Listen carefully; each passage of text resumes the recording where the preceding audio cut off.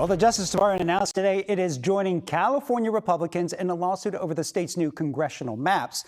A little over a week ago, voters overwhelmingly passed Proposition 50. It gives lawmakers the power to redraw the state's congressional maps in hopes of giving Democrats an additional 5 seats in Congress. Our Devin Fehely has been following these developments very closely. Devin. Well, Ryan, as we know, this was all framed as an election rigging response act. It was designed to be pushed back against the president's efforts in red states like Texas and North Carolina to give Republicans more seats in the House of Representatives. Now, the Trump administration has opposed Prop 50 from the very beginning since it was placed on the November ballot.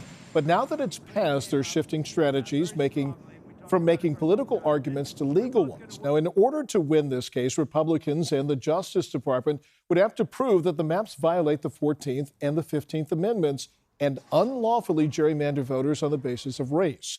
CBS News legal contributor Jessica Levinson explains why that could be a tough sell for the Republicans. Other plaintiffs would need to show is that race predominated. And I think that the plaintiffs are going to have a difficult time showing race predominated when the explicit purpose throughout the Prop 50 campaign was let's pick up more Democratic seats in the House of Representatives. Levinson also said that judges will be cognizant of the election calendar as they move forward with this case. She says it's unlikely to drag out and interfere with election deadlines ahead of next year's midterms. Meanwhile, the race to fill those newly drawn districts is already picking up. Democratic State Senator Mike McGuire announced that he's running for Congress in the state's newly drawn District 1 in the North Bay that will now include part of Santa Rosa. He made his first pitch to the voters in the mostly rural district earlier today. I know these roads, I know these towns, and I know what it takes to deliver for you and your family, and to make sure that our rural communities get their fair share. And don't worry, I will always stand up to the destructive policies of Donald Trump.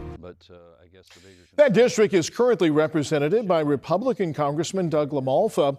Now, he did release a statement on McGuire's announcement today saying that in part that the last thing that voters want is more of what Mike McGuire represents, and that's the Sacramento political class that is ruining the state. He continued by saying that I think voters are tired of this corruption, and I'm ready to keep fighting for the people of this district.